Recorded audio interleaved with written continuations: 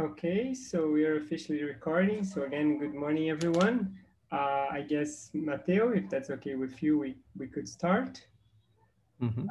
So this is the um, second to last day of the course. I'm excited to hear what you have to say. So Matteo, please, you have the stage. Thanks. Okay, so welcome everyone for this third class of the second part of the course. Um, so here I put a small summary of what we saw in the previous class. So in the first class, we started considering which are the thermodynamic constraints on the energy sector of the theory, and we saw that the second law becomes in this macroscopic regime um, encapsulated in this new relation, which is thermomajorization, which is an extension of the notion of majorization, where you kind of shift your reference state from a uniform state to a state which is the equilibrium state. So everything is measured relative to that state. And, and we saw that thermomajorization gives necessary and sufficient conditions for transformations between diagonal states. And then we saw how to construct the whole set of all possible final states in terms of diagonal final states that you can reach in a thermalization process. And then yesterday we kind of moved beyond this kind of semi-classical problem and we put quantum coherence into the picture. And we saw that the kind of the situation is kind of a bit more involved. And in particular, an important tool to try to solve this kind of problem is to realize that these thermodynamic transformations have a special symmetry under a group of time translations. And we saw that from this symmetry, one can extract a lot of information through some tools that generalize Noether theorems to open quantum system dynamics, so dynamics beyond Schrodinger equation. And using those tools, we saw some of the thermodynamic consequences of these constraints. So we saw that, for example, free energy functionals are insufficient to tell you which kind of transformations can happen when a quantum system is in contact with a bath or a thermal state more generally. We saw that we can introduce what's known as asymmetry monotone that are characterizing how much coherence there is in the state, which is the same as to say how much a state is breaking time translation asymmetry, because stationary states are the one without coherence and they are the one that do not change under time translation. So somehow the more coherence there is, the more the state is changing under the symmetry group. And the amount of degradation then can be quantified by these asymmetry monotones. We also saw how to decompose the free energies in a classical and quantum part that decrease independently. We talked briefly about work locking, so the issue of work extraction from the coherent part of the free energy, and how this requires special care, because in general, if you only have incoherent resources, like it's assuming thermal processes, then you cannot actually extract work from the coherent part of the state. And finally, we saw that there is this abstract notion of modes of coherence where you split the state in chunks, such that each chunk is transforming in its own way under time translation. So there is a diagonal part that is not transforming at all. It's stationary in the time translation. Then there are, say, some of the off-diagonal elements that rotate with some phase, and then other diagonal elements that, for example, rotate with some multiple of that phase and so on. And what's nice about this decomposition is that each mode transforms independently under thermal processes. So that if you want to have a thermal process that maps an initial quantum state to a final one, it also needs to map each mode independently to the corresponding final mode. So mode 0 to mode 0, mode 1 to mode 1, and so on. And what we saw is that thermomajorization is basically ensuring, in this more general context, that there exists indeed a transformation mapping mode 0 to mode 0. However, we don't know, there is this all other hierarchy of quantum constraints that needs to be satisfied if a thermalization process, a thermal process exists mapping the initial non-equilibrium quantum state to the final non-equilibrium quantum state. So the problem is quite complicated in this sense. So this was I guess, a quick summary of what we saw last time. So of course, if you have any question about it, feel free to leave them in the chat. I'll keep an eye on it. In the meantime, I'm gonna tell you what's on the menu today, which is connecting this whole approach to thermodynamics to another very important and very well-developed approach to thermodynamics that if you're going to go into this field, surely you will encounter, but it's actually, these are tools that are used throughout quantum optics and quantum information science, which is the idea of master equations. And I will give you a brief reminder or kind of very brief crash course, if you never saw it, into what these equations are and what kind of systems they describe. And then this will allow us to talk about the role of memory effects in thermodynamics, which is a whole field, again, that is quite well studied. So what's the role of what's called non-Markovianity, which means memory effects. And then we will see how actually the two approaches can be connected, because otherwise they are kind of in two different boxes and they don't talk to each other, but actually there are clear relations between the two and they can be connected. There are clear connections and clear synergies between the two approaches. You can use one into the other and conversely. And so I will then mention this idea of entropy production. Actually, Gabriel wrote with some co-author a very interesting review recently on this topic. And I will tell you a little bit briefly about entropy production and some generalizations. And finally, I will finish just by giving you a very quick overview of, there is a whole set of other topics that unfortunately I will not be able to cover within these lecture theories, within resource theories, and I will just go through some of them if you're interested, so you can, you know that at least that they exist. So that's the idea for today. And yes, if there are no further questions, I will just move on and start.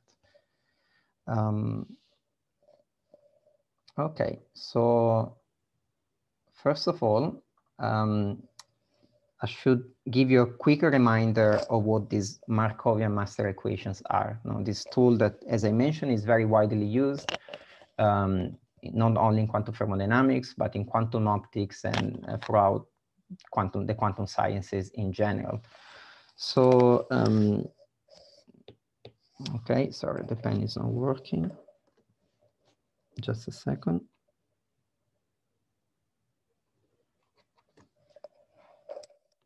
Yes, now it's working. Okay, so as you all know, quantum systems, in the case in which the dynamics is closed, are governed by the Schrödinger equation.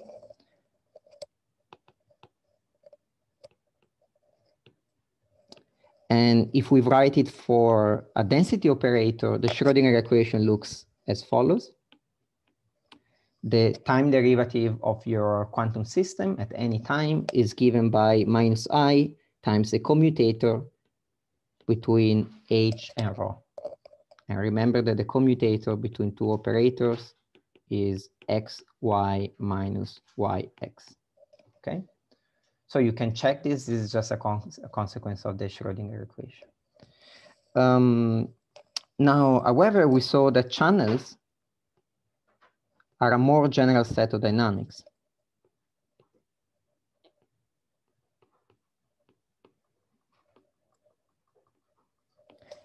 However, channels don't really talk about how things are evolving in time. They just give you kind of, it's a snapshot picture. They give you what's the input, what's the output, no?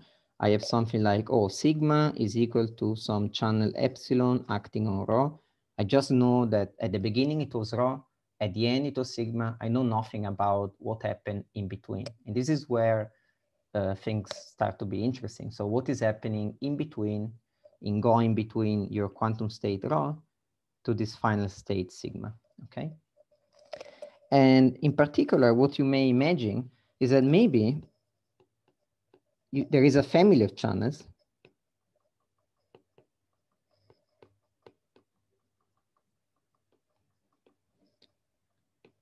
epsilon t, which are now parameterized by time, such that these guys are changing continuously with t,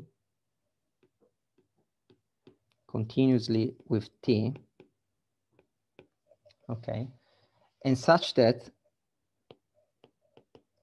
for every t1 and t2, the following relation holds. If I want to know what happens at time t1 plus t2, I can also apply the channel epsilon t1, epsilon t2, followed by the channel epsilon t1. I can just compose the evolution, the evolution for time t2, and then I do some evolution for time t1, and this is giving me an evolution for overall time t1 plus t2. This seems a quite intuitive condition. It's called the Markov condition.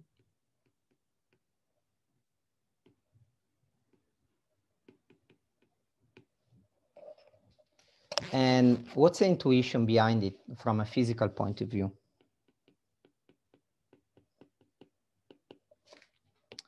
So here I've got my initial state rho at time 0, okay? And then I have my final state rho at some time tf, okay? And then what I'm going to now draw is a trajectory of states, which are defined as follows. Rho of t is just the channel epsilon of t on rho of 0. Okay, I have my whole family that describes the evolution, my dynamic evolution at each time. And if I want the state at time t, I just apply the corresponding element in the family that is evolving from time 0 to time t. Okay, and then I will get some trajectory. So now I'm actually talking about what happens in these intermediate times, okay? However, this Markov condition is telling me something. It's telling me if I look at the channel that maps me from time 0 to the final time, I can actually write it as the composition of many, many channels where, if I sum all of these small time intervals, this is of course just TF, okay? So what's happening is that each of these little channels, if you want, I can think about this trajectory as a composition of small little channels. So I go from here to just a little bit, an incremental amount of time forward, and so on, along the whole trajectory.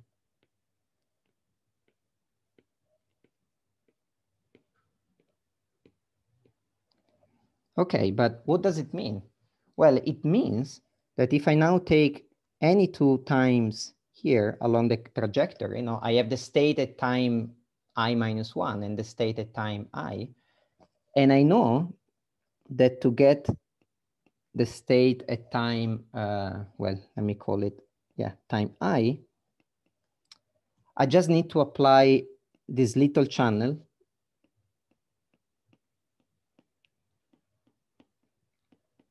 on the state at the time immediately before, okay? But now there is a theorem that is called the Stein-Spreen dilation theorem.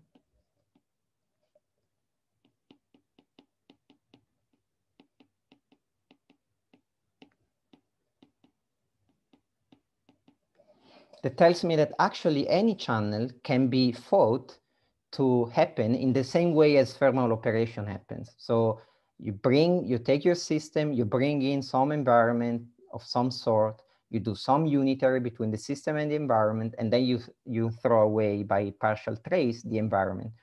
So this was somehow the form in which we gave thermal operations in the first of this class of the second part. And this is actually true in general, that you can always write things. If you allow for a general environment, you can always write any channel in this form. And this is called the Stein-Spreen dilation theorem. So it means that I can write now, I can say that my evolution from time I minus 1 to Ti can be done as follows. I take my state at time I minus 1. I bring in some environment.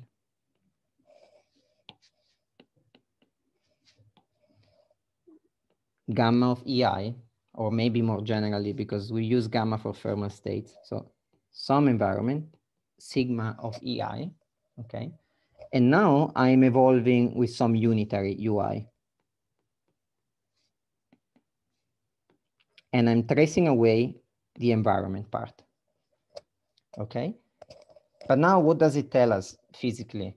Well, it tells us that what I'm doing to evolve my state from time -1 to from time I-1 to time I is to take an environment, interact with it, and then throw away the environment completely. And then I completely forget about that environment. It never comes into play anymore.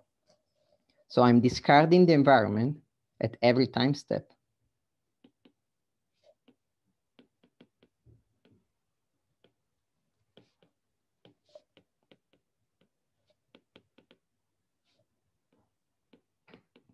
So at the next time step, I will bring in a fresh environment and do the evolution with this fresh environment. So the very fact that I can decompose this evolution in this way means that there is never memory of what happened in the time step before, no? Because this memory could be, I'm interacting with this environment, and now if this environment is again going to play a role in the next step, no, there is some memory of what happened in the previous one. But because I'm allowed to throw away the environment at every single step, it means that there is no memory in the system. So the evolution is what's called memoryless. So that's what is behind this notion of a Markov condition. It's a condition of the process being memoryless.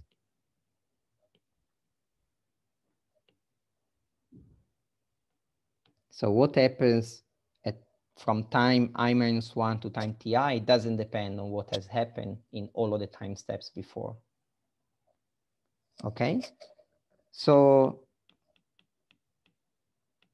simplest example of these channels, what can be, do you know any channel of this sort that you can always decompose? If I have a whole evolution, I can decompose it in tiny little chunks if I want to do so. Some suggestion of what's the simplest dynamics of this kind?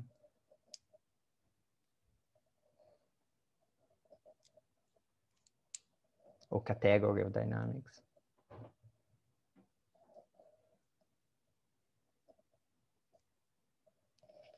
Yeah, so one suggestion is unitary evolution. Yes, this is right, no?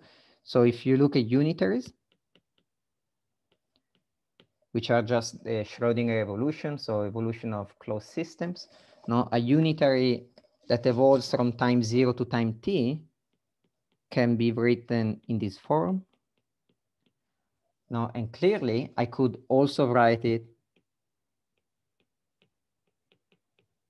as a sum of many little chunks if I wanted.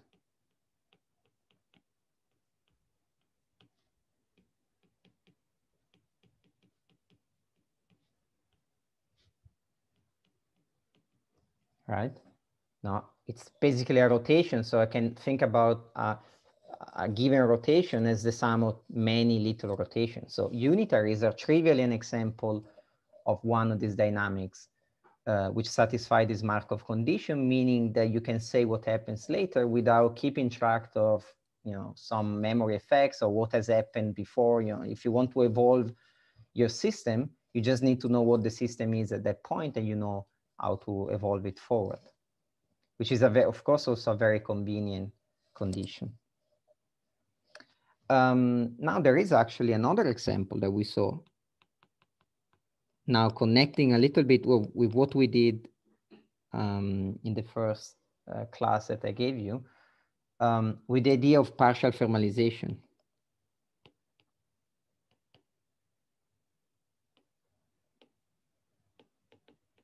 Okay, so if you recall, partial thermalization is basically an exponential equilibration towards some thermal state.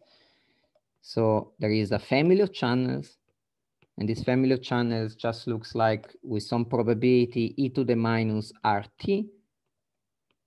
I just stay where I am, and with probability 1 minus e to the minus RT, I become thermal.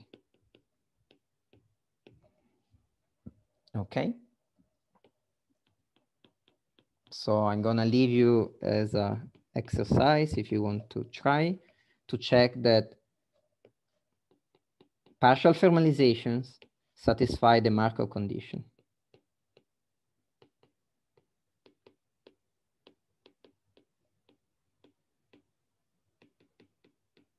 So they are also an example of a process that is memoryless, okay? Now, what's convenient about this kind of processes, apart from the fact that they capture clearly something that we are interested in physically, so systems that we can describe without memory, it's also very convenient in terms of the way in which we can describe these systems, because there is a set of equations that describe the evolution of those systems in time that are a generalization of the Schrödinger equation. And these are called the master equations.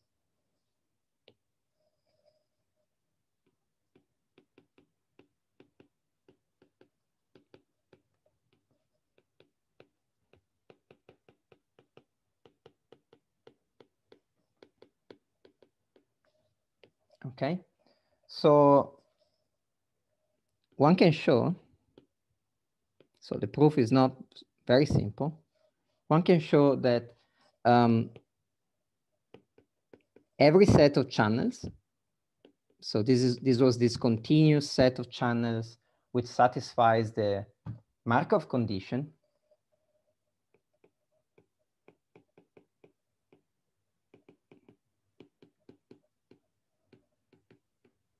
Okay, generates a dynamics.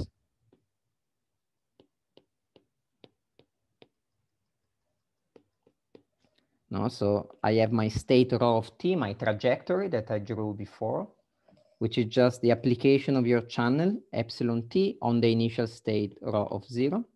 Okay, and the question is, what's the equation for this rho of t? And one can actually write an equation, a general equation for all these processes.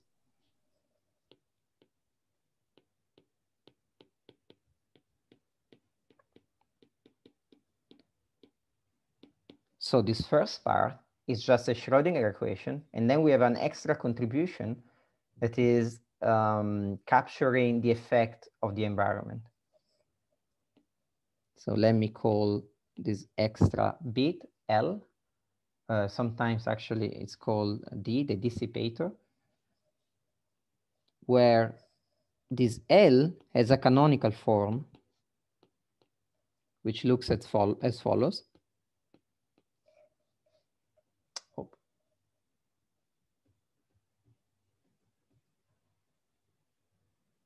Sorry.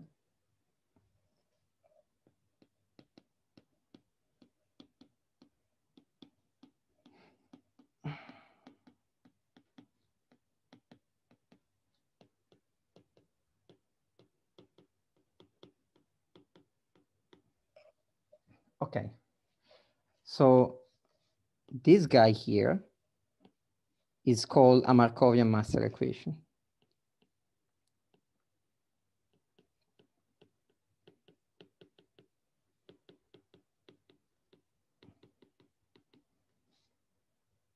Okay, so there is a question. Master equation is local in time. It has to do with the fact that the state of system plus environment is uncorrelated using the Stein-Spreen dilation theorem of last slide. Yes, so this is certainly one way you can think about it. So there are different ways in which you can derive this kind of equations. The one that I mentioned is actually a kind of formal way. No, I give you this family of channels, and then I tell you that these channels have some property, which is this Markov property, and then you can derive this kind of equation. A different approach that is often used when you want to find a physical model of your own system is that you apply what's called a microscopic approach. So you actually take the overall unitary dynamics of system and environment, and then you start to make some assumptions about the way in which system and environment interact. No?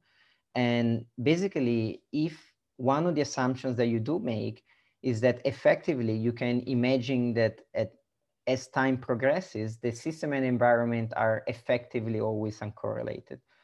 so that there is no possibility for the environment to work as a memory. And there are then other assumptions, technical assumptions that go into it, but this is certainly a crucial step that makes sure that the master equation is actually Markovian. So indeed, this is then related to what I said about the Stein spring dilation, in fact, that somehow, because the environment is as if it was always uncorrelated, I can imagine formally that I'm always kind of bringing in at every little time step a new environment and then throwing it away because those correlations don't matter anymore.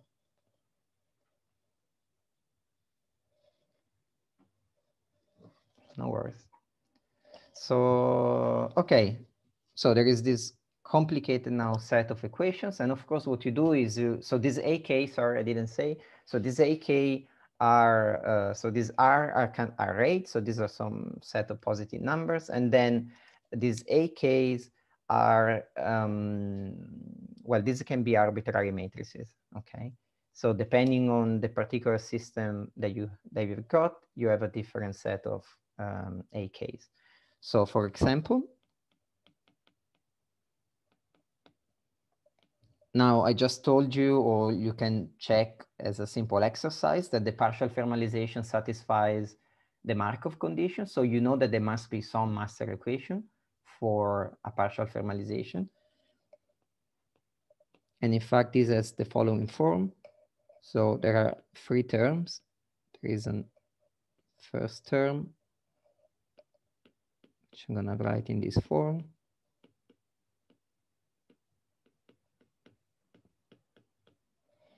Plus delta L of sigma Z, okay?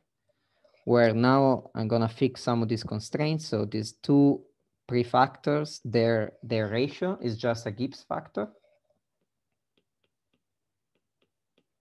So here I'm imagining the Hamiltonian, this is a qubit system, and the Hamiltonian has only two energies, 0 and E, okay? And delta, I'm gonna fix it to be something. So this delta, okay, I'm gonna tell you in a moment.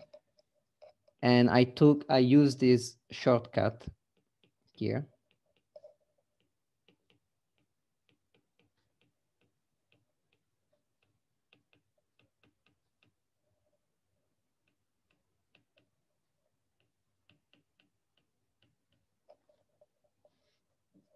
Okay.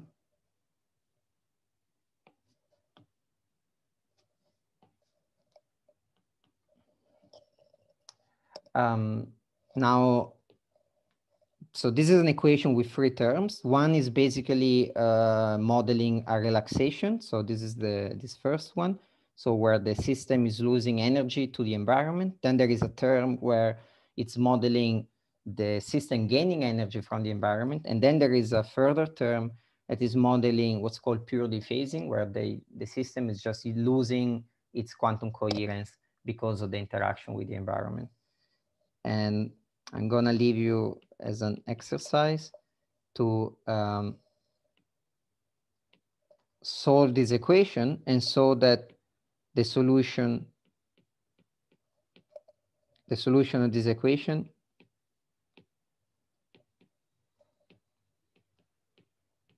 gives a partial thermalization process with R equal to R down plus R up. Okay, so this is indeed the Markovian master equation of a partial thermalization. So as you see, one needs to kind of get a bit of intuition after you saw a few of those, because at the beginning they look quite cryptic, but people start to build intuition about what each term means, and then you can construct your processes based on those intuition or based on some microscopic model. But so this is one of the simplest example, if you want, where this is actually modeling this thermalization process up here. There is a question. It has been claimed that the local approach to master equations violate the second law of thermodynamics. What are your thoughts in the discussion about local versus global approach? I think this is a little bit of an advanced question. So this is about the way in which you derive these equations and how do you do it? Do you kind of take a global approach where all of the systems are involved at the same time and then you apply your approximations, you try to get to a master equation? Or do you kind of, you know, if you have a system interacting, say, with a cold bath and a hot bath, and I know the master equation for one pair and the other pair, can I kind of just put those together? So this is called the local approach. And, you know, there are regimes of applicability of each. And sometimes, you know, if you try then to use the equations beyond the regime of applicability, or if you don't know exactly what the regime is, then maybe you can find some issues that, for example, result in apparent violations of the second law. But yeah, there are various papers on this. I actually not myself an expert, but it's a very interesting direction, but it's a little, I think, advanced for now. But I hope at least I gave you some thoughts on this. Do the AK mediate the interaction with the environment? Yes, I think these are called normally jump operators, and they indeed give you the effect on the system of the interaction with the environment. I mean, the whole game with Markovian master equations is that somehow you don't need to explicitly keep track of the state of the environment. Now you have an effective way of describing at the level of the Hilbert space of the system what's happening because of the interaction with the environment. And of course, this cannot always be done, but when it can be being done, it's of course a huge reduction of complexity, no? Because if you imagine a single qubit and it's interacting with a big bath, this big bath could have a Hilbert space which is absolutely massive and huge. I mean, it will have in general, no? And so it's very, very convenient when it happens to be the case that we don't actually need to solve the Schrödinger equation for system plus this whole massive environment, which we would never be able to do. So this is also why these kind of equations are very useful. What about the Hamiltonian in the unitary part? When exactly they have Lambshift-like corrections? So again, this is a little bit maybe a more advanced point. This H that appears in the master equation is not necessarily the HS of the system. It may be that it's a slightly changed HS, so it needs to be kind of renormalized because kind of the system perceives the existence of this environment, and this changes the energy structure of the system itself. And so you need to put something different from from HS, so the Hamiltonian of the system alone. But this is something that you can derive. And actually, I would recommend the book of Breuer and Petruccione.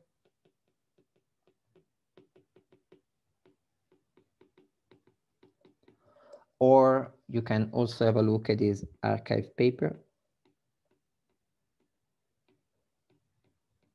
here for an introduction more in the context of thermodynamics of where these equations find their use.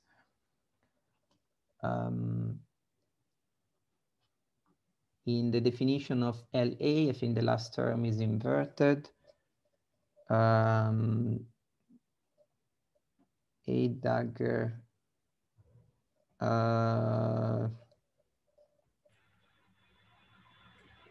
I think Marianne is referring to the yeah, sorry. formula. Yeah, sorry, I wrote twice the same. Yes, thanks. Okay. Did I miss any questions? I don't think so. Well, hopefully not, otherwise let me know again, please. Okay, I put here the solution. It's not really difficult, it's just quite annoying to go through it, but this is the solution of this exercise, as I was mentioning. You can just solve this equation and find that you get indeed a partial thermalization from that equation. So if you're interested here, there are some details. And this kind of closes a little bit, is super quick, of course, very incomplete, but I hope I gave you a little bit of flavor of what these Markovian master equations are. And what I would like now to tell you is that these equations are actually used in they basically constitute a very standard approach to thermalization. So, and among the very first ways in which that people found to describe thermalization were based upon these equations. And in particular, some pioneering work was due to Davis. So that I'm gonna call it Davis master equations. So the Davis Markovian master equations are a standard model for thermalization. So if you recall, we actually briefly discussed it in the first class that I gave, and now we are kind of going back to this now. They're a standard model for thermalization.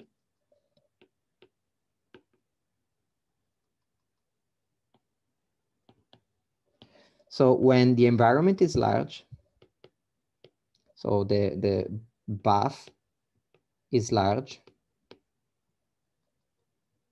and the interaction is weak.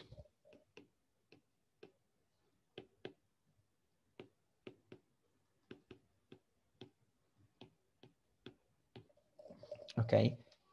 Again, for example, this paper, you can have a look at this paper if you're interested in this kind of details. So under these kind of assumptions, one can actually prove that the thermalization is described by a Markovian master equation. So the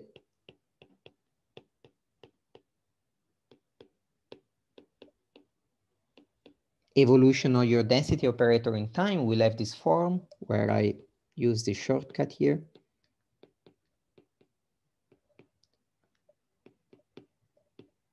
This just describes a commutator. And not only any master equation, actually a master equation with some specific properties.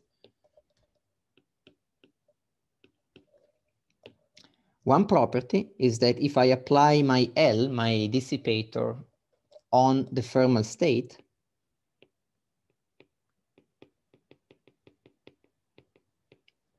so I'm using always gamma for thermal state, this is 0. Okay, this is one property.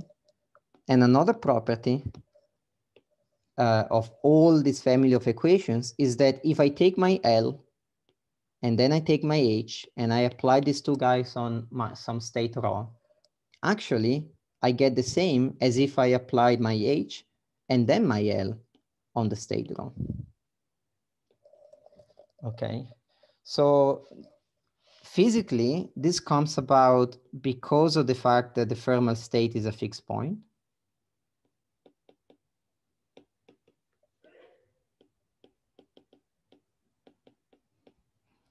And one can check that if you want, no, what I need is basically that d gamma over dt is gonna be 0.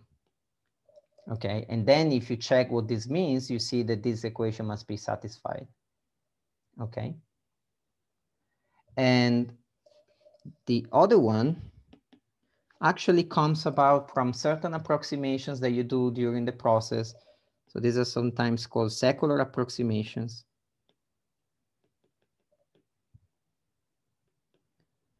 But if you look at it, it smells a little bit like something that we just saw in the previous class, which is something is commuting with the unitary part. No, this is the, as we said, this is the unitary part of the equation, because if there is only this part, you just get the Schrodinger equation with your free Hamiltonian.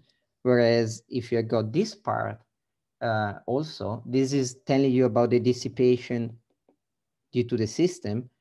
And now this is telling you that these two things actually commute, which then brings immediately the question, well, what's the connection with thermal processes? And for P1, the first property of these equations is easy. As I just mentioned, this is directly connected with our property T of thermal processes. Remember that thermal processes have two main properties. First, they preserve the thermal state. Second, they have the symmetry condition. They commute with time translations. And P1 encodes this first property, the fact that the dynamics. So if you solve this equation, you get a set of channels, and those channels will have the thermal state as a fixed point. And secondly, P2 ensures that the set of channels that you get satisfy the symmetry condition. This can be proven formally, but I'm gonna leave you, if you're interested in it, as an exercise, but you can see it quite intuitively because you see that you have got that the dissipating part of the dynamics commutes with the unitary part, which is basically very similar statement with the symmetry condition that I mentioned. So now, if you now call Markovian thermal processes all channels, all C generated by master equations,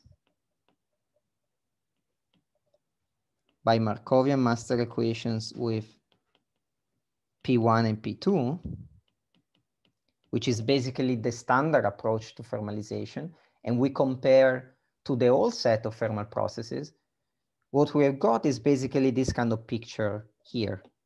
So what we have identified is a subset of all thermal processes, which are all of the thermal processes that do not require memory effects. So everything that is out here inside thermal processes are thermal processes that involve thermal memory effects, and everything that is inside is all of the thermalizations that do not involve memory effects, which is the standard approach to thermalization, really. So this is the relation between the abstract resource theory approach that we talked about in the first two classes and the standard approach to thermalization. So one can be thought as the Markovian subset of the other. Okay.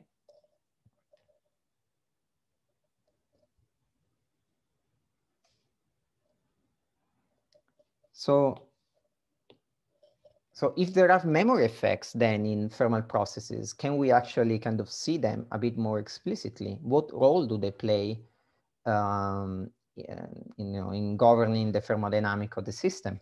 So, and again, we go back to the very simplest scenario, which is just a single qubit, because things are super explicit and it's very easy to see what's happening there.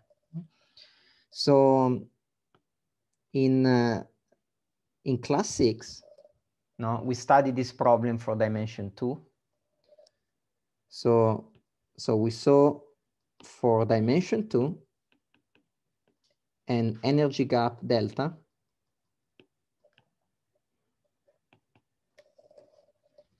and also we took, just to take, just to fix things, not to make things general, we could then proceed to study all of the various cases, but let me take P1, so the ground state, the initial state ground state population to be smaller or equal than the corresponding thermal state population, okay? Then what we did, we characterize what other probability distributions can be accessed, so what other population can be accessed under a general thermal process, no? And we saw that to actually know what this set is, what we need to do is to construct what's called a maximally beta ordered state, which could be done by applying this operation, the beta swap. And we did this explicitly, and we saw that we could define some probability P1 pi, which was just 1 minus e to the minus beta delta per times P1 plus 1 minus P1. Okay, so you can look back at the first class. And then what is that we saw? We saw that the thermal cone, meaning the set of possible final states that you can reach under a thermal process, was described by this interval. All of the probability distributions between P1 and P1 pi, where P1 was the initial one and P1 pi is this extremal point that you can reach, okay? And now what one can easily check is that this is actually bigger or equal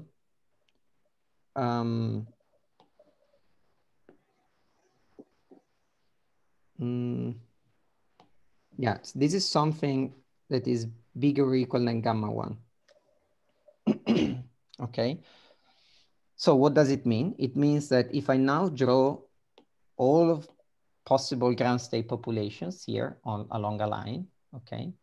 I have my initial state, it's here at this point. Then I have the thermal population, the ground state population is here. And then the maximum ground state population that I can reach is here on the other side of the ground state. No? And why is it important? Well, because I can access, so this is the main observation, I can access all of C of P without memory effects.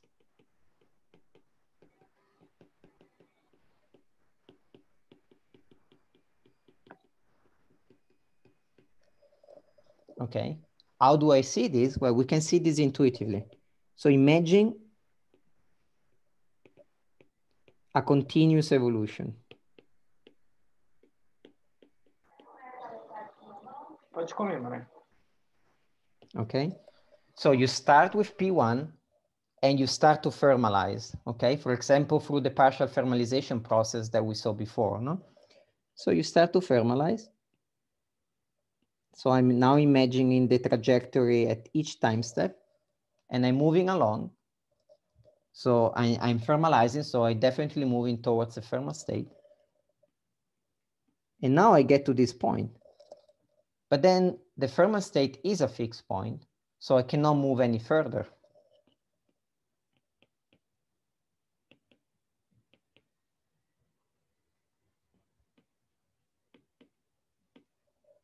How can I actually go on the other side then? Well, the only way I could actually go on the other side, which the thermomajorization tells me that I can indeed go, is through memory effects.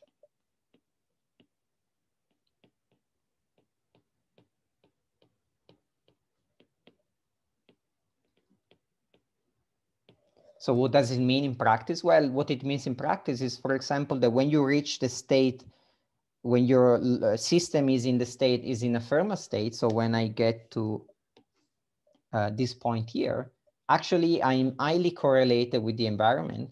And then those correlations can influence the successive evolution and can allow me to get on the other side here and access this region as well. Okay, so now you can see this in two ways. Well, on one way, it's interesting that thermomajorization is able to capture also what can be obtained using memory effects. However, at the same time, given that many thermalization processes do not show memory effects, it means that often thermomajorization gives you very lax constraints, no? Because it tells you, oh, you can reach all of these states, and then in practice I can't, because I would need to create very complicated memory effects and use small buffs and strong interactions. So I need to go into very complicated scenarios, not into standard thermalizations, to actually access this whole thermal cone that we constructed. So here is very simple, just on a line, and it's clear what's happening. But how do I actually capture this idea that actually these kind of states cannot be reached, the ones in blue, because memory effects are not present, for example, in my thermalization process? Well, these extra constraints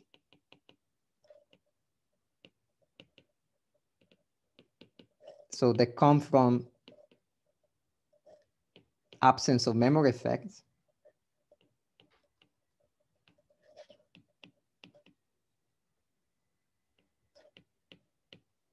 so can be captured by what's known as entropy production inequalities.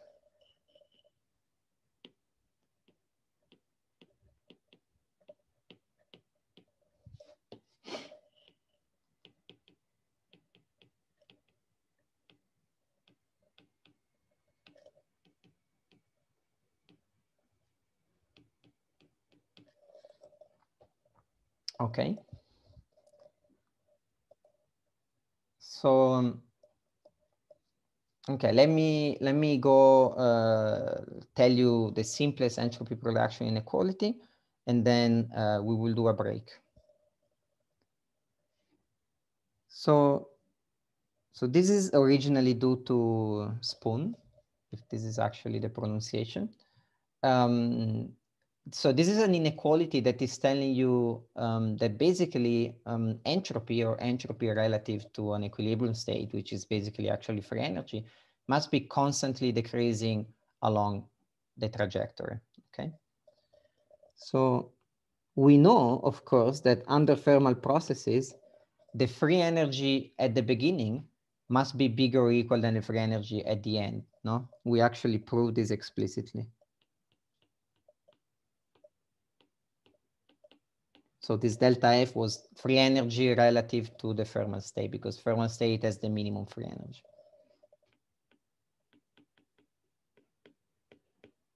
So the final must be smaller than the initial, but this doesn't tell you anything about what happens in between, okay? Under a Markovian thermal process, this must happen along the whole trajectory.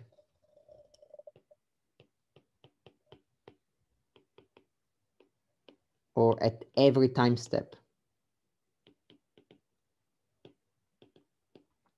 Okay.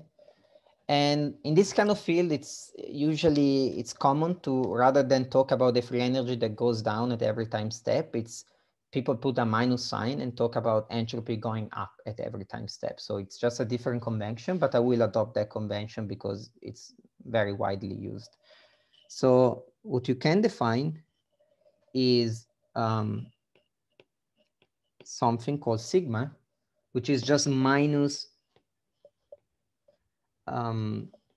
this quantity here, which, if you remember, we define as the relative entropy. Okay, modulo KT. And then the equation, the entropy production equation, is the following: that d sigma over dt must be always bigger or equal than 0. Okay, you see now that the sign is reversed. So now you're thinking as an entropy production because I put the minus sign.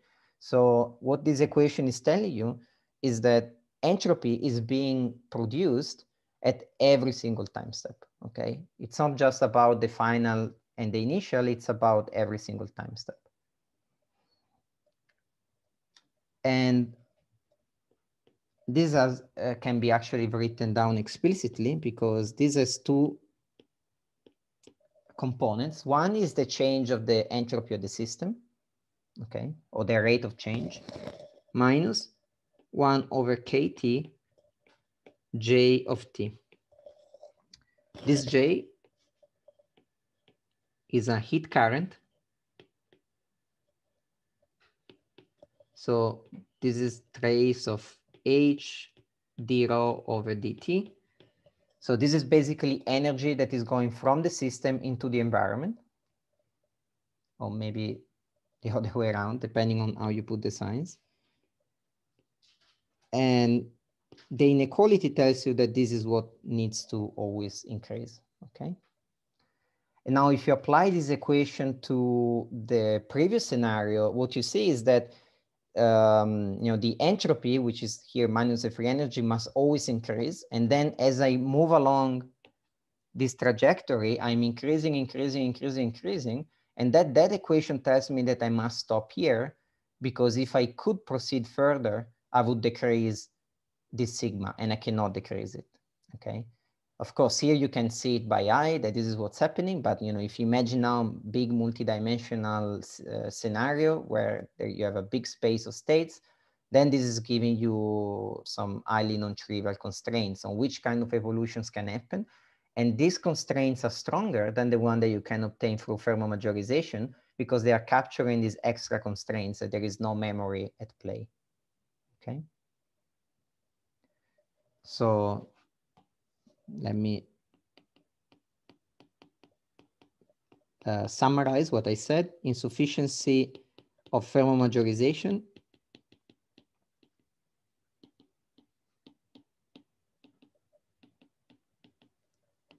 for Markovian thermal processes.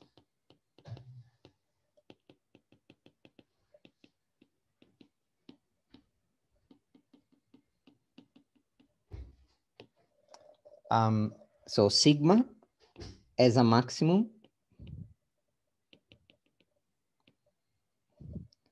at the time where the state is Fermat.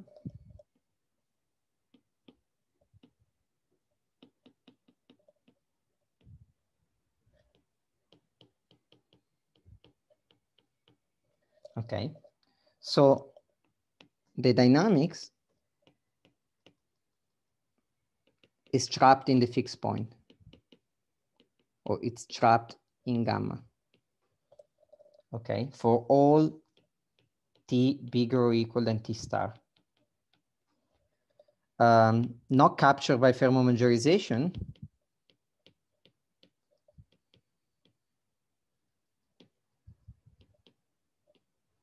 That tells me what? Well, that tells me that I can access actually this whole interval.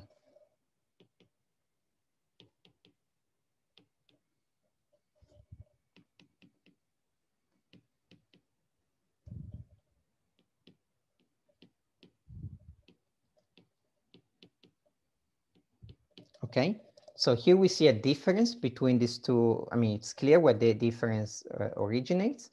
And next, we're going to see basically how the resource theory setting can be adjusted to actually capture these memory effects, and how then it can actually help you, you know, find new constraints that go actually beyond the standard constraints that people use for Markovian Fermat processes. So you can adapt what we know from the previous classes and get new kind of new understanding out.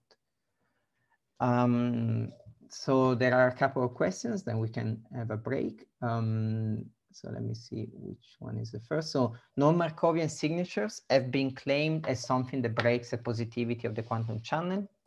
How can we relate this with the feature, this feature with the ideas that you addressed in the last slide? The way you can relate it is that so what I said is that you can break the trajectory in small pieces such that you can go from each time step to the next by means of a quantum channel, no? Meaning that I can divide, in fact, these channels are called divisible. You can divide your channel in small little chunks and see the whole evolutions as many little channels, no? So now when this is not possible, it means that if I force this kind of description where I want to kind of split in little pieces, then I need some piece to be not a channel, okay? I guess this is the general intuition of what is going on. In other ways, in other terms, physically, what's happening is that at the previous time, I cannot actually neglect the correlations with my initial system. And if I do a unitary dynamics, I cannot neglect the correlations between the system and the environment. And then if I do a unitary dynamics between a system and an environment that are initially correlated, I do not get a channel out in general.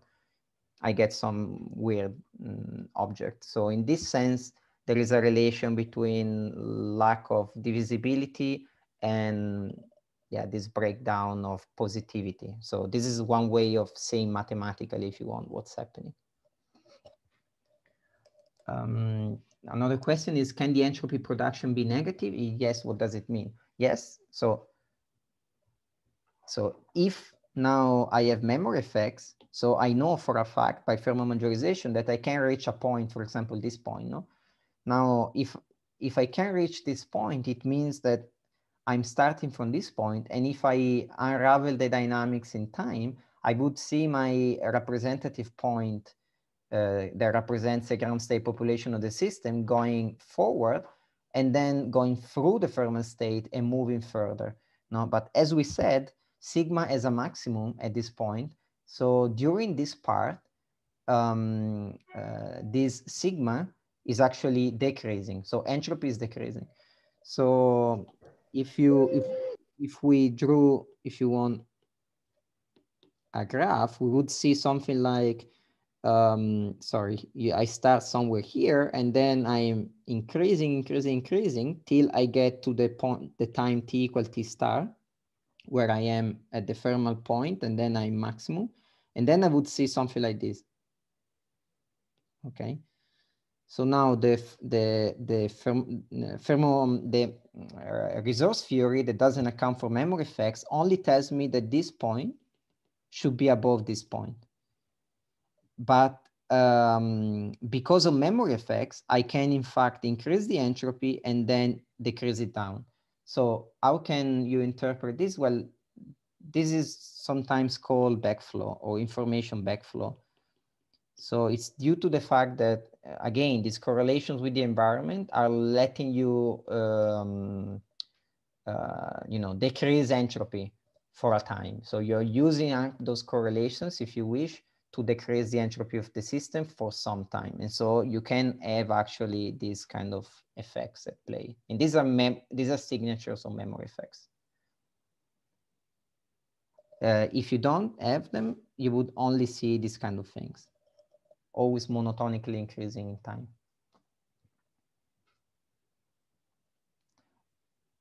In the evolution of the entropy production, about the expression for J of t corresponding to the heat current, is it obtained by using that trace as a definition of heat, or is it introduced analytically and there interpreted as heat current? So basically, if you think about it in finite terms, because this is somehow infinitesimal, if you think about it in finite terms, this is energy. Well, if you put the science right, this is energy that is leaving the system, no? And now, because the system is in contact with the bath, this energy that is leaving the system, its heat is basically heat, no? Because it's energy that is being dissipated in the bath. So I guess that's the physical intuition behind this formula here, if that makes sense. So Matteo, maybe there are a couple of questions from YouTube. Yeah. So Franklin is asking, for more dimensions, how is the convex hull affected by memory? And if you're how is the convex? The convex hull affected by memory? So we are gonna see a little bit of that, but so for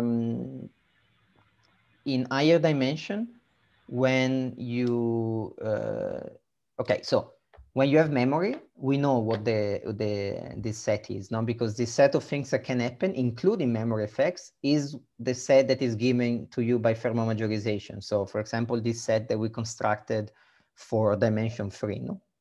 Now the question is really, what's a subset that you can reach if you do not have these memory effects? And this set is complicated to characterize. So this is something that can be partially done, but it's even not a convex set, for example.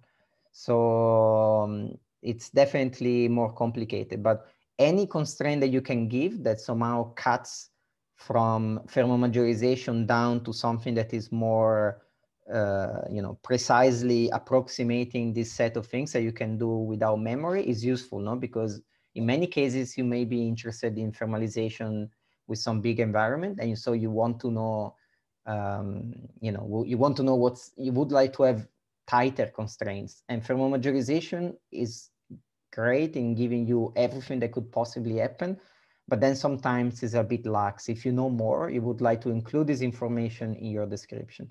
But basically, yeah, it becomes a smaller set, and then it becomes also non-convex. So there are all new features that emerge from the lack of memory effects. Cool, cool. And then maybe there's also another question followed by Adalberto, who's asking, are we going to see how Markovianity affects the constraints on the coherences? I haven't included it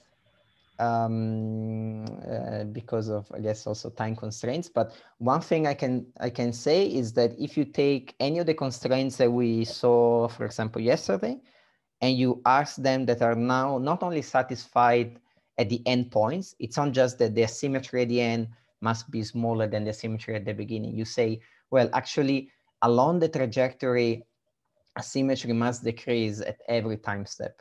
Then this is a simple way in which you can get now on constraints on the coherence that holds for in the case where memory effects are absent. If you want to say something more explicit, then I think this is also in part open questions in the literature. So cool. Thanks. But it's a pretty interesting question, yes. So there was another question here. Comparing the entropy production definition to yesterday's definition delta F, it seems that there is a factor 1 over KT missing. Yes, I was mentioning that there was a KT, in fact.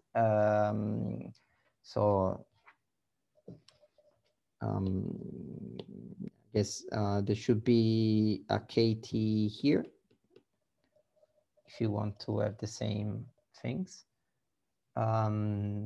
And then I should double check if there is a 1 over KT or not if I have to adjust this or not.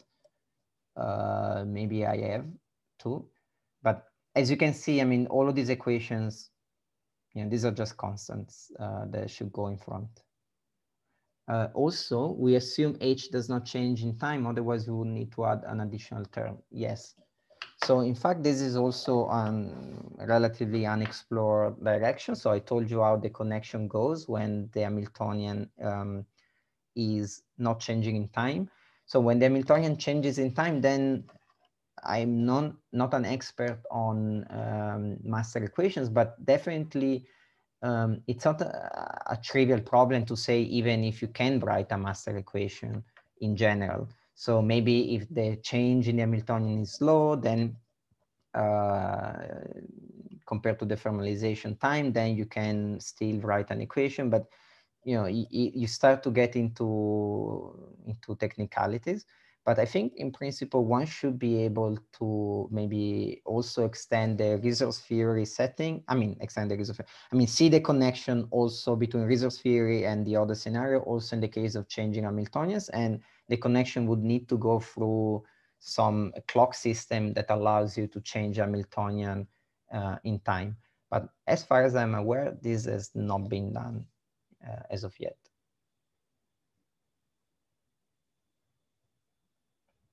Okay. Okay, so let's have a 5-minute break and then I'll restart.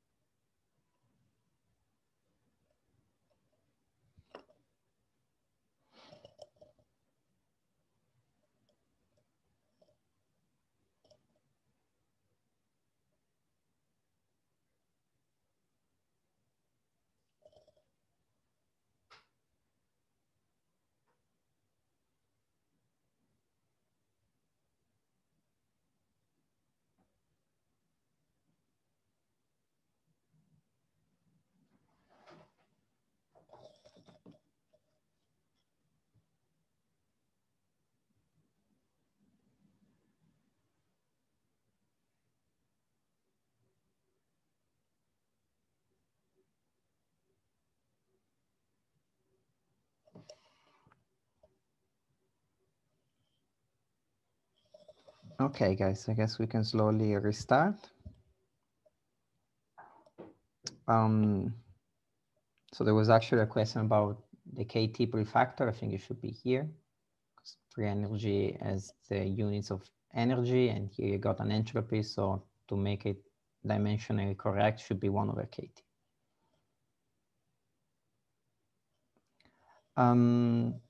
Okay.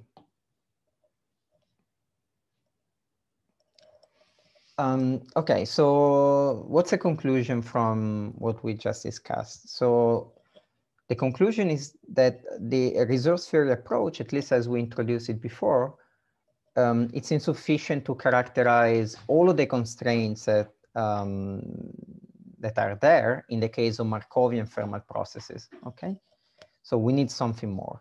To the extent, of course, that we are not interested in memory effects. So if you're also interested in memory effects, it's cool. You can use thermal modularization. But if you're interested in this subset, which is actually the kind of a standard setup for thermalization, then this thermal majorization cone is actually a little bit too big. It could be, you could do more, no? It still works, but it's a lax set of constraints because it includes also all states that can be achieved using memory. So what I wanted to show to you now is kind of the other way around, that in a sense, also this entropy production equation that we just introduced is insufficient. So we saw a two-dimensional problem, and there it seemed that it completely captured what it was going on. Now I want to show you a three-dimensional problem, meaning that there are now three energy levels, and I'm going to show you why there is a problem in there. I mean, there is a problem. There is no problem. But the fact is that you need more than just the standard entropy production inequality. So what I drew here is the level sets of the entropy, okay? The sigma defined in the previous slide, no? Let me move away this cursor. And so here I took one level set. So level set meaning the sigma is constant along it. And imagine that now I start from this black point here and I say, well, is there a dynamics that moves along this trajectory here, no? And then you look at it and you see, well, and it reaches this green point then, no? You look at it and you say, well, the entropy is constant along this trajectory. So in principle, this should be possible, no? At least it is possible according to the standard entropy production law. It doesn't violate that inequality. However, here on the right, I drew another entropy, or the level sets of another entropy that I didn't prove to you that it's monotonically decreasing, but we will see in a couple of slides that it is. And now if I consider the same trajectory here, what I see is that I'm going from points which have lower entropy, bigger entropies, to points that have lower entropies. So here, lighter is lower. So then, whereas this entropy production inequality would tell me, well, this is potentially a possible thermodynamic process. It doesn't violate the second law defined in terms of, this entropy production inequality. But now we see this different entropy and we see that the inequality is violated, okay? So this kind of dynamic, so the fact that this trajectory actually cannot be followed by a system under the interaction with some environment that can be described by a Markovian master equation. So you can exclude that this trajectory can be followed only by looking at this more generalized entropy. Okay, so you need to look beyond the standard entropy production equation.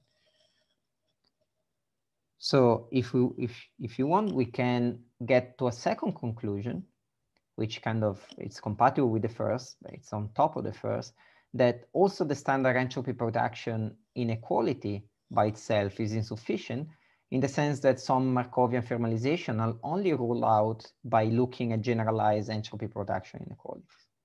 So what I'm gonna show you now is how do you actually get these inequalities, and this can be done by connecting the resource theory approach with this Markovian master equation approach. And really somehow the issue at hand is this thermomajorization. As we said, thermomajorization describes this bigger set of processes that involve memory. So we need to kind of constrain this notion in a way that it captures dynamics that are memoryless. And the idea is to define a continuous version of thermomajorization. So what does it mean? So I say that P continuously thermomajorizes Q.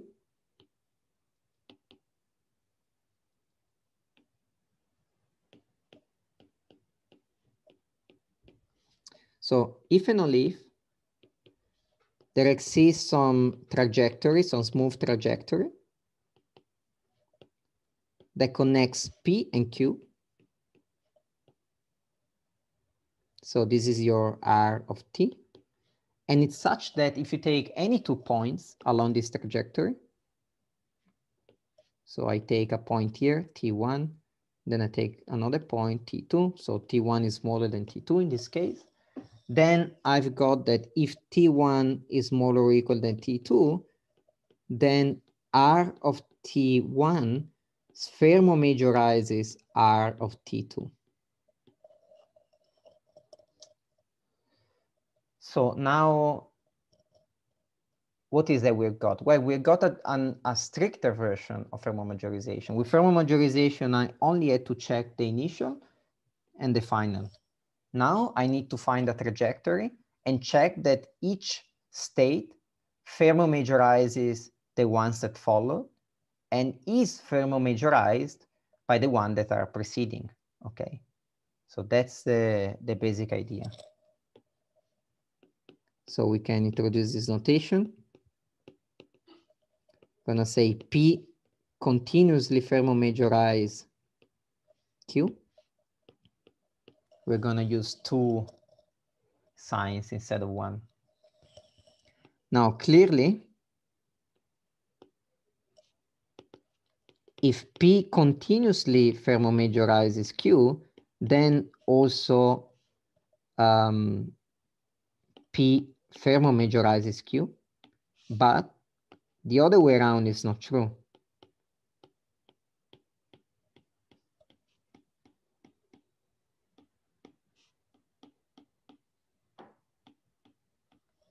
And this should be pretty obvious because thermomajorization is just an endpoint condition, whereas this continuous version kind of requires that the relation holds at every intermediate time.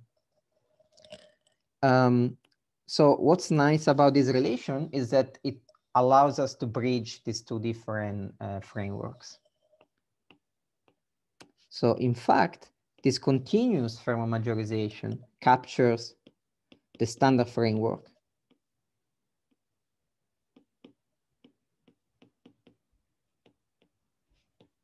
The standard Markovian master equation framework. So what do I mean by that? I mean that P continuously majorizes Q if and only if there exists C, which is a Markovian thermal process, such that C on rho P equals to rho Q. So remember, this was the notation that we used to mean diagonal states with diagonal P and diagonal Q. So if you compare it with majorization, majorization was exactly the same, but for all thermal processes, no?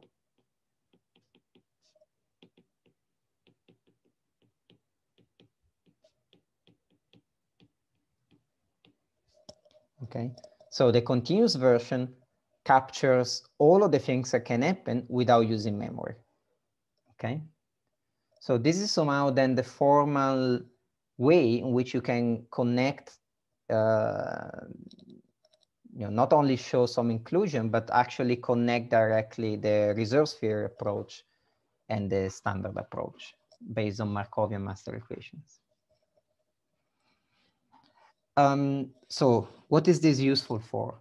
Well, now we can actually kind of go beyond the standard entropy production inequality that I showed you before, and we can find new ones, okay? in particular, you can construct all families of them. So you can, how do you construct it? This is the recipe.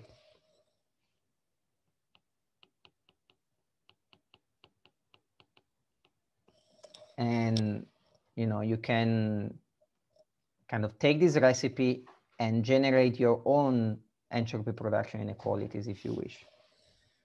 So the ingredient that you need in this recipe is a convex function. Okay. Once you have a convex function, you define the following. You define some fg of p, which is the sum over I of gamma I, g of pi over gamma I. Okay. And now, if we define a sigma g, which is now generalized entropy production with respect to g, as just minus f,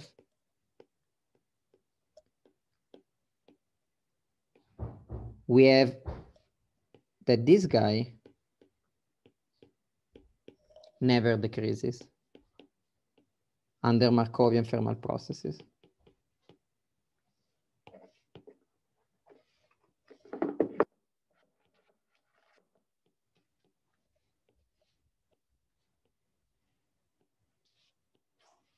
So we could call these generalized entropy production equations. Well, inequalities.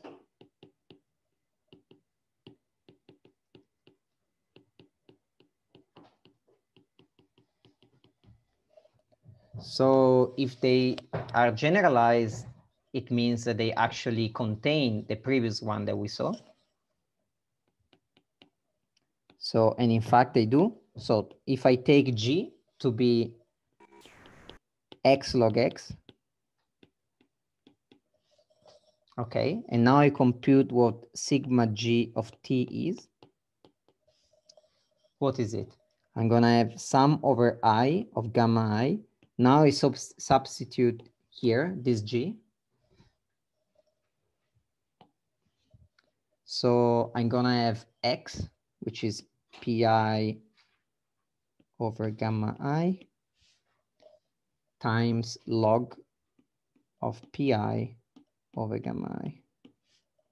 Okay. So this guy and this guy cancel.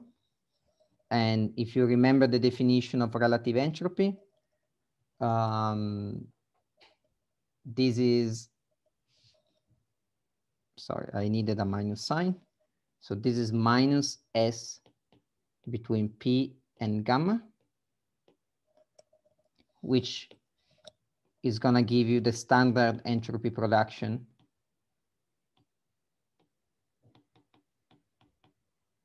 Because the standard entropy production that we saw here was based on the relative entropy between the state and the Fermat state.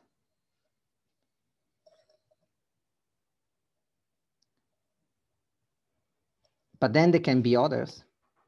For example, just let me take G to be X squared. Now sigma G of T is equal to minus sum over I gamma I.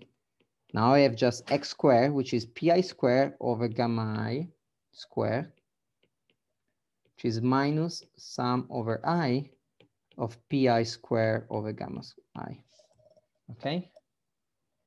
Now, if I want, I can put a logarithm in front just because, you know, it doesn't matter. A logarithm is monotonic.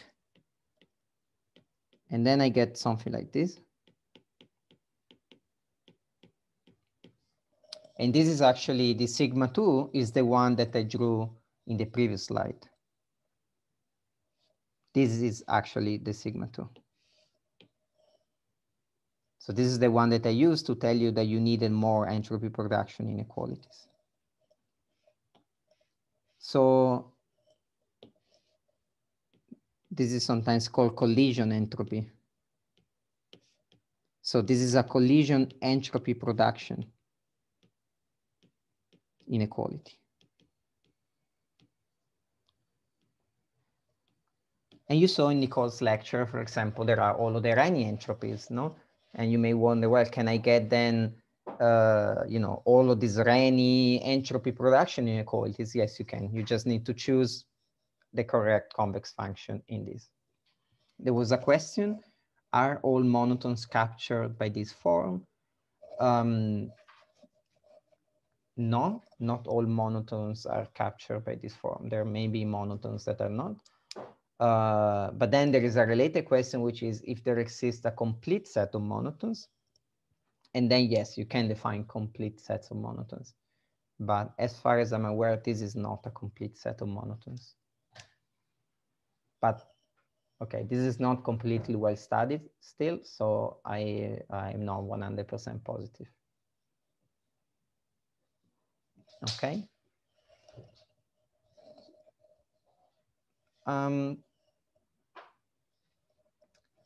I'm now wondering if you can survive this. Let's see. How much I still have? Okay. So, okay. How do you prove this generalized entropy production inequalities? I'm gonna give you maybe just a sketch. So the basic idea is that so if you know that there exists a Markovian thermal process that maps rho P into rho Q, then you also know that because this process is Markovian, it can be made by many tiny little chunks, okay? So you know that there is a trajectory between them, and or if you want, by continuous majorization, you know that if I take any 2 points, so I know that there exists a trajectory that goes from P to Q. This is the trajectory that I can call R of T. And I also know that if I take any 2 points that are as close as I want, and I call this R of T, and I call this one R of T plus delta, then you will have that R of T thermomajorizes R of T plus delta, okay?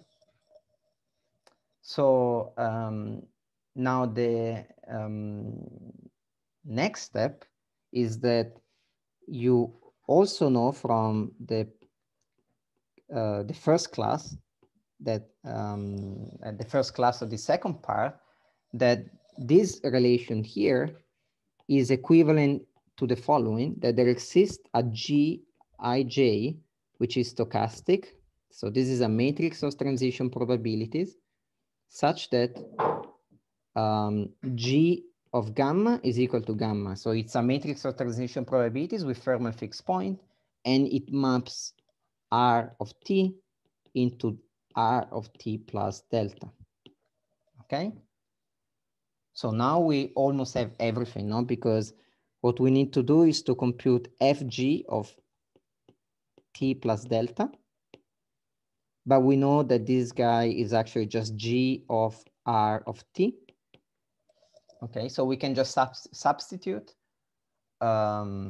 which is gonna be something like sum over I of gamma I.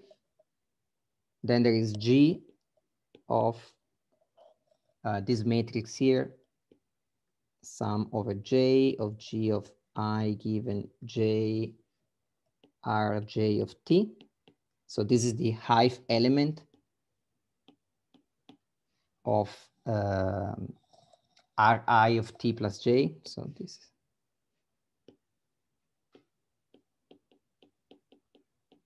of T plus delta, sorry. So I just substituted. Okay. And now you just use the convexity. And okay, it's a couple of steps.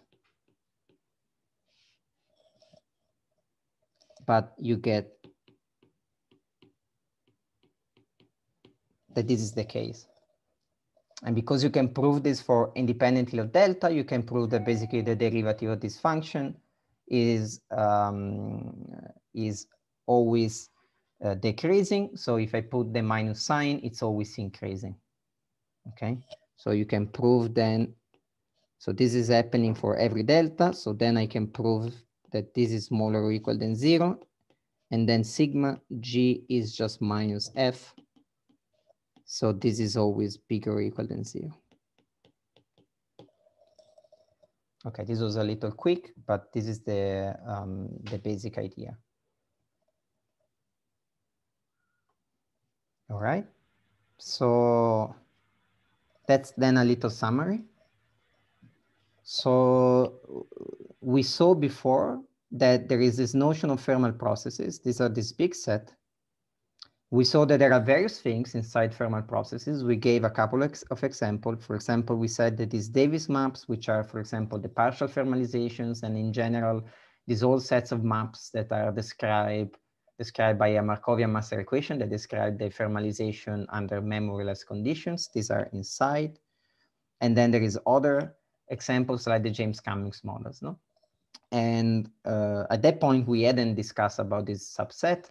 We just talked about this set, and we said, well, for the diagonal parts, there is this constraint that is called thermomajorizations. We discussed how to use it and so on and so forth. And then in the next class, we said, well, we need to add some extra constraints, which are constraints on asymmetry, which capture the degradation of quantum coherence. And then in this class, we kind of refine a little bit this picture because we said, well, there are actually two very different classes of thermal processes, one containing the other. There is the thermal processes that require memory. And actually an example is the James Cummings models because it's a small environment. So many of the dynamics that you generate by the James Cummings models cannot be generated by, a master equation. So you see that it's going a little bit inside this set. Whereas some other ones are completely inside this set, like the standard approach to thermalization is completely contained inside the set of Markovian thermal processes, which are all of the thermal processes that satisfy the Markov condition. So inside this set, then there are stronger constraints at thermomajorization. So there is a continuous version of thermomajorization that then leads to this notion of generalized entropy productions inequalities. And then this is actually related to a question that was asked. I could also define continuous versions of the asymmetry monotones or just take the asymmetry monotones and require them to decrease continuously in time. So I could also adapt those constraints to this situation here. And this is gonna give you much tighter constraints to the extent that there is no memory effect. Or if you're interested maybe in witnessing memory effects, you can also use these constraints as a witness. No? If you see a violation of one of these constraints, then you know you must be somewhere out here. And then you know that there is some memory involved in a process. So now this is the whole, somehow the overall picture. Is there any question about, I don't know, any of these elements or curiosity or doubts? So Matteo, there was a question on YouTube. It's a bit from a while ago, but it's asking if the set of Renyi entropy productions is smaller or equal to the set of, I guess he was referring to the set of collisional entropy inequalities. Sorry, if the set of Renyi entropy productions is smaller than?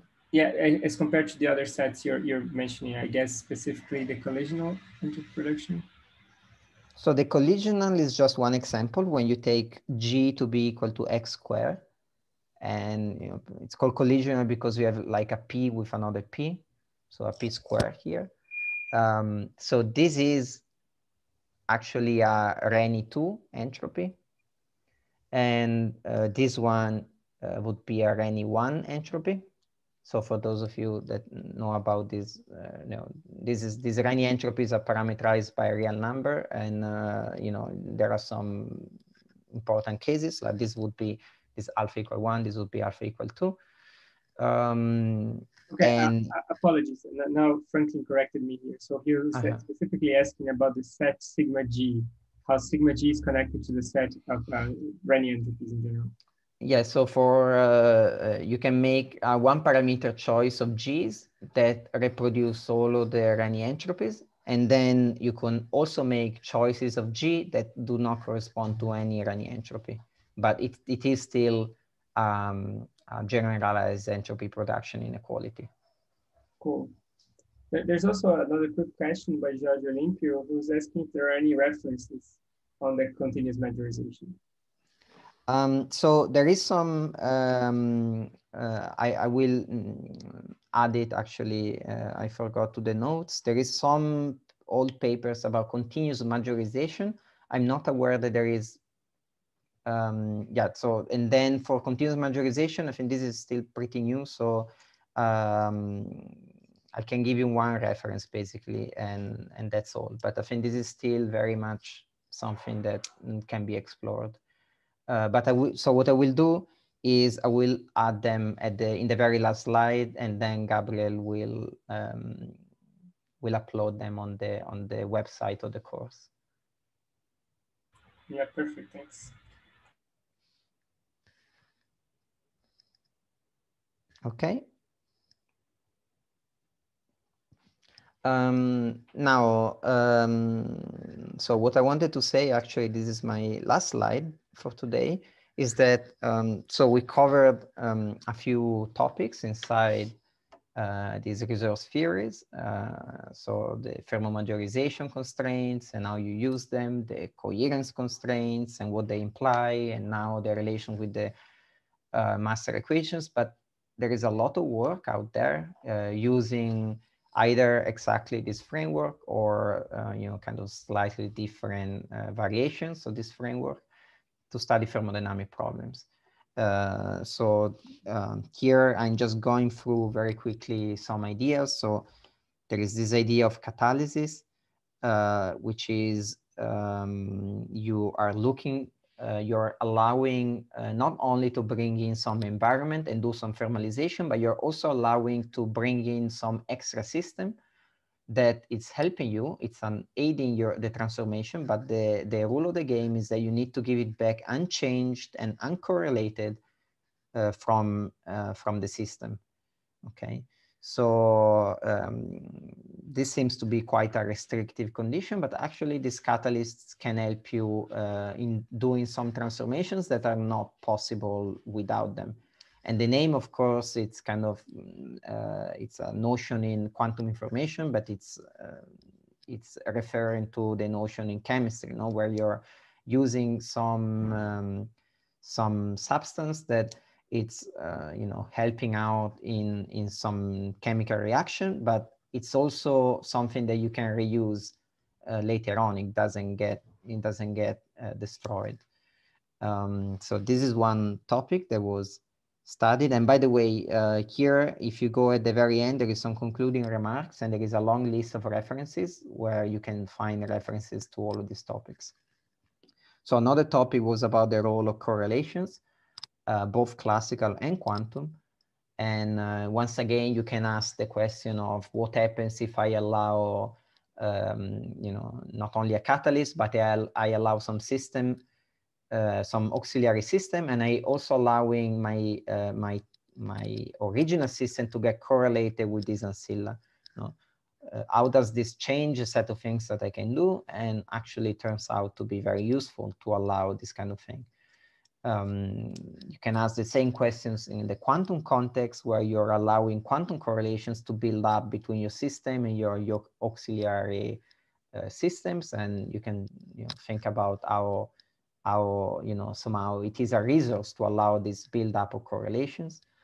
You can ask the opposite question. If you're already given correlations, can you get work out of those correlations? That's another topic. You can study the low temperature limit of this kind of theories. So for now, the temperature was some constant fixed to be something, but you could say, well, assume that I know that the temperature is very small. I could do some kind of expansion around the t=0 limit.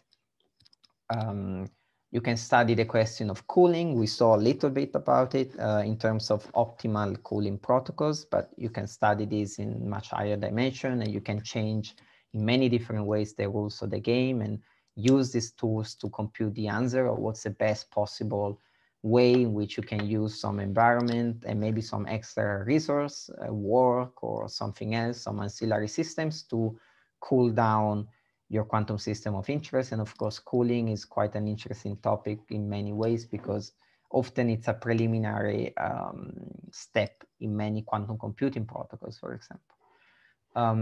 If you're interested in more axiomatic things, there is this very nice work of Lieb and Ingvason about axiomatizing thermodynamics, both in the equilibrium context and in the non-equilibrium context. And it kind of gives an interesting backdrop to dissolve all of these things that we studied. And, you know, there are these entropies, then there is this generalized entropies for out of equilibrium, but they are not one, they are many. And sometimes it can be a bit confusing. And their work is a very kind of careful and formal work that actually preceded the resource theory approach. And you can relate the two, and people have been thinking about the relation between the two. And I mean, basically what you see is that it's unavoidable that when you go out of equilibrium, you need to have these many entropies. There is no single entropy out there that can tell you what transformations are possible or not. And they make this very, very precise. Work extraction, of course, in many, you know, in all different flavors, as we said, from correlations, from coherence, fluctuations, both in work extractions, and, you know, you're extracting some amount of work, but now you're not only interested in what you get out on average, you want to know about the fluctuations. So maybe you say, I don't want fluctuations at all, and each context, you know, things are slightly different, and you're trying to look for general results in this kind of setup. Batteries, of course, this energy that you're extracting should go somewhere, and then you should, people have been describing systems that work as storage. And here, of course, it's there are some general results and some specific results for particular models. So what can you do, what you cannot do, with what power can you charge these batteries, and so on. What difference does it make if you create entanglement or not, if you have many batteries? Then there is the idea of extending or restricting the set of free operations of the theory. For example, you may say, well, maybe I would like to restrict my set of operations because I think it's too large. And in a sense, we saw a restriction on that set in this class when we talked about Markovian thermal processes, because these are capturing the standard framework, whereas the old thermal processes are also capturing memory effects. But there are other restrictions that you can consider in terms of the number of energy levels that you control, or, you know, in terms of the sort of systems that are involved, and the kind of interactions and Hamiltonians that you allow. No? For example, they may be just Gaussian or linear interactions with an environment that are pretty common in quantum optics, or, you know, other sorts of restrictions.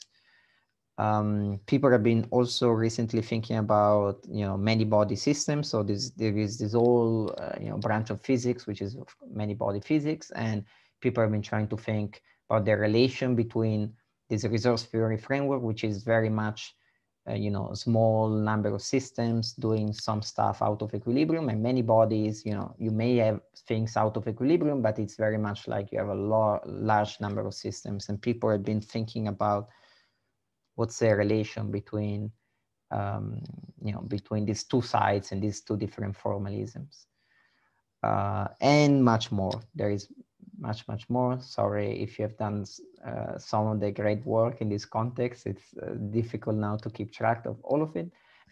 There is quite a few references here, but even here, maybe there is not everything, because, you know, things get continuously produced in this field. So, but hopefully I gave you a kind of general enough overview, and also gave you some tools to actually go about and use it if you're interested in doing so. And I also try to stress kind of the importance of connecting with many different frameworks that are already out there. You know, it shouldn't be an endeavor kind of that stays in itself. It doesn't talk to anything else, and it's just about that. But, you know, it should kind of reach out and connects to all of these different formalisms that have been already, you know, derived and well studied, and each of them is kind of useful in a slightly different context. So there is a question in the chat. Is there some relation between the generalized entropy production of the previous slide and the family of second laws of thermodynamics derived by Brandao and et al.?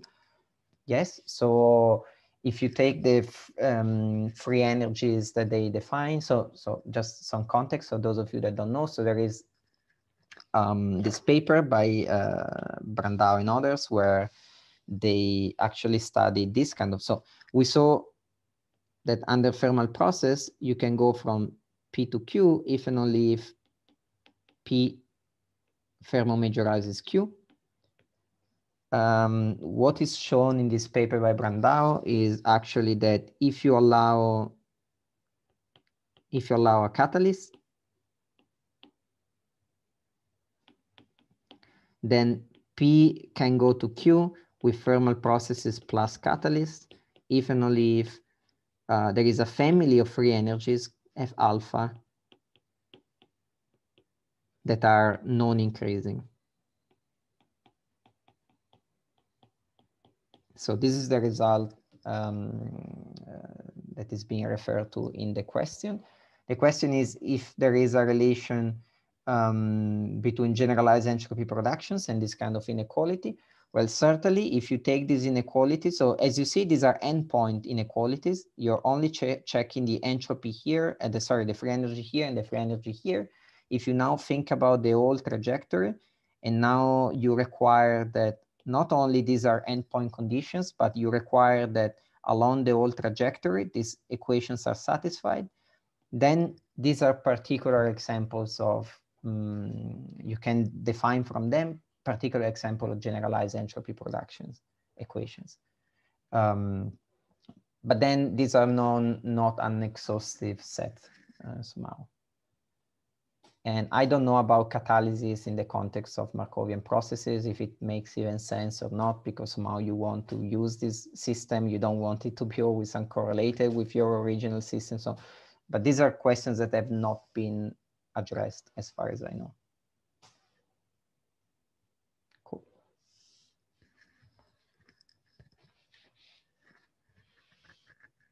Okay. No other questions from YouTube, I guess. Let me ask one more time. Mm-hmm. So in the meantime, so there will be a last class. So in the last class, it will be a bit more kind of broad. It will not be only on resource theories. It will be, so we will look somehow through the lenses of these kind of ideas. We will look at some of the questions like somehow Landauer principles and the origin of the second laws, these kind of broad questions. Can we make them a little bit more precise now using this kind of formalism? And then in a second part, I will tell you a little bit about quantum signatures, which is this idea of thinking about what kind of thermodynamic processes actually require quantum effects, because the kind of processes that you see couldn't happen classically, and there is a question of identifying what these kind of processes are, which is not a trivial, it's a non-trivial question. And so in general, what is the role the quantum effect plays in thermodynamic relations? How do they affect them or do not affect them, and so on? So that's gonna be the second part. And then, then that's gonna be the last class of the course.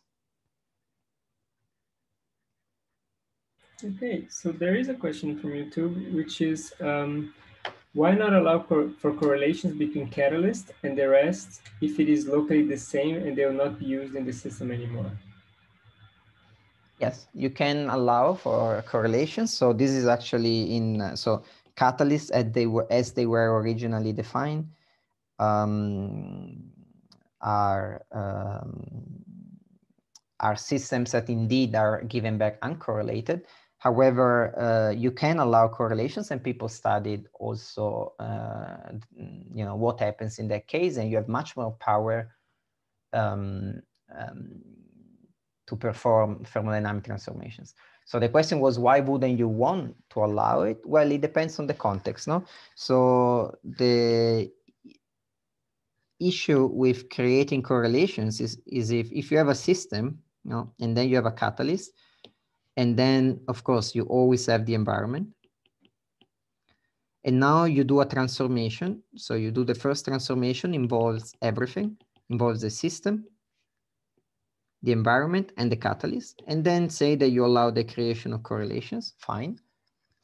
Now, maybe you would like to bring in a new system, and you would like now to do a transformation that involves the environment, the catalyst, and the new system, no?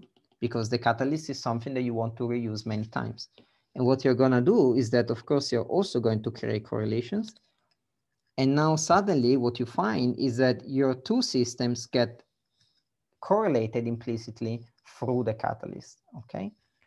Now, well, this just happens. Is it something that you want? Well, it depends. No? If you're only interested in operating on a system after the other, and you're gonna use each system independently, then you may not care about the fact that they get indirectly correlated with other systems. But if you want to operate on one system and then the other, and then you want to use these two as a unit, then this may be a problem for you. So basically, there is no right or wrong answer. It depends on the kind of protocol that you have in mind. What's certain is that this creation of correlation is very powerful in principle. So if you allow this creation of correlation, you can do a lot more things that you could without. In principle. Then, of course, there is the whole problem of finding the right transformations, and there is the problem of control, but in principle, you can do a lot of things.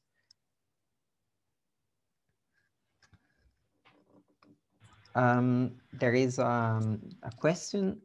Oh, maybe you want to say it. No, I was just going to say that that's exactly, Franklin saying that that's exactly what he was wondering about. No, sorry, I mean, there is Alessandro that raised his hand. Maybe you can. Oh, no. Apologies. Alessandro, would you like to speak, or did you already ask in the chat? Sorry, I already asked in the chat the question. Okay. So, thank you. Okay, so the question is, I don't know if I missed something, but what we've proven is that Markovian thermal process implies entropy production inequality. Is the converse also true? So if depends what you call by entropy production inequality. So if you mean, so the standard one, it's this one. So a Markovian thermal process must satisfy this equation. But then what we saw is that basically there are many more, no? So for example, there are all of these guys here. So if you just know that the entropy production inequality is satisfied, it doesn't mean that a process like that exists. And this was a counterexample. So if I start from this point here, so this is a three-dimensional probability distribution. So here I drew P1 and here I drew P0, and then P2 is of course defined because it's just 1 minus these two.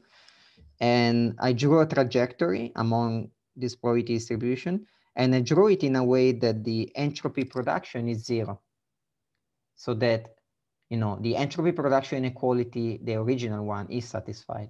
However, by using this generalized entropy production, you can prove that there is no Markovian process, Markovian thermal process that can do this operation. Why? Because while there is 0 entropy production with respect to the standard entropy, there is entropy production with respect to the collisional entropy. So in terms of your question, if by entropy production inequality you mean just this standard one, the answer is no, the converse is not satisfied. I meant the generalized entropy production. Yes, so what happens is that basically you can define a complete set of them. So you can define a set of them such that if all of them are satisfied, then there exists a Markovian thermal process. So there is a converse as well, but I haven't discussed it precisely. Cool. Does continuous thermal modularization have a characterization in thermal modularization curves? It does. And well, one kind of, in a sense, obvious one that follows from the definition is that what you want is to not only have the one curve is above the other, but you must be able to continuously deform one curve into the other. And there are situations where even if you're above, you cannot actually do this process of continuous deformation. But yes, so there are ways to characterize continuous majorization in terms of ferromajorization curves, indeed, and that can be useful. Cool.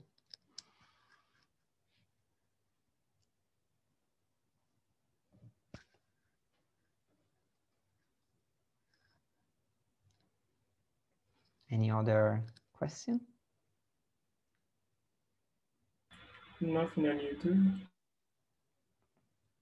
Okay, I don't see anything more on the chat, so we can finish perfectly on time on my clock.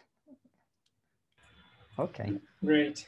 Matteo, thank you again for the lecture, and thank you, everyone. So we meet tomorrow for the last lecture. Cool. Thank you for the participation. Bye-bye, everyone. Bye.